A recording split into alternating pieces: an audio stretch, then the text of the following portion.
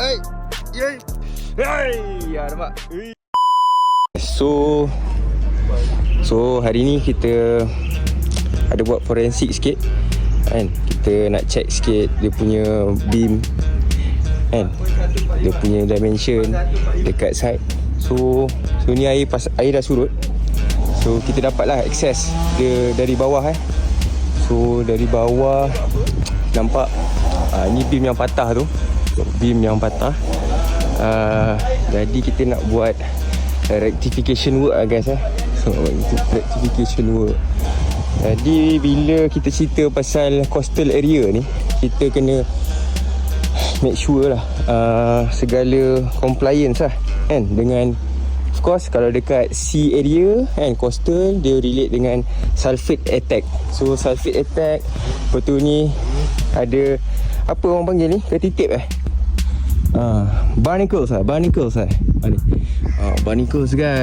barnacles guys. Ini nampak? Barnacles guys. Ada attack, sulfate attack, ada barnacles. So concrete grade pun kena guna yang tinggi. Kemudian ada campuran yang boleh melawan lah sulfate yang tinggi kan. So nampak ni dah start ada crack-crack nampak? Start ada crack-crack.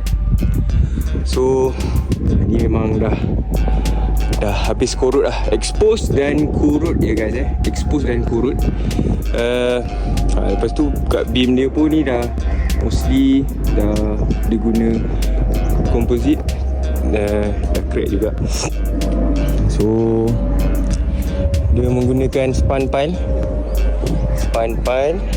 sebagai dia punya tiang kan. Tengok nampak mostly dah expose dan korut lah.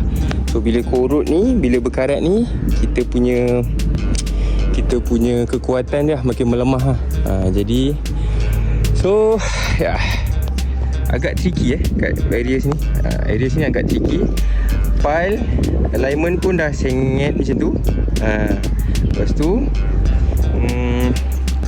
beam dah total failure kan, dah ada crack, dah fractured lah orang panggil lah. Dia bukan sekadar crack tapi fractured dah guys. So right, okay, tak sabar nak repair bangunan jambatan ni. Alright, let's go. Woo. Macam ni, bukan macam ni guys. Let LSB secure your investment.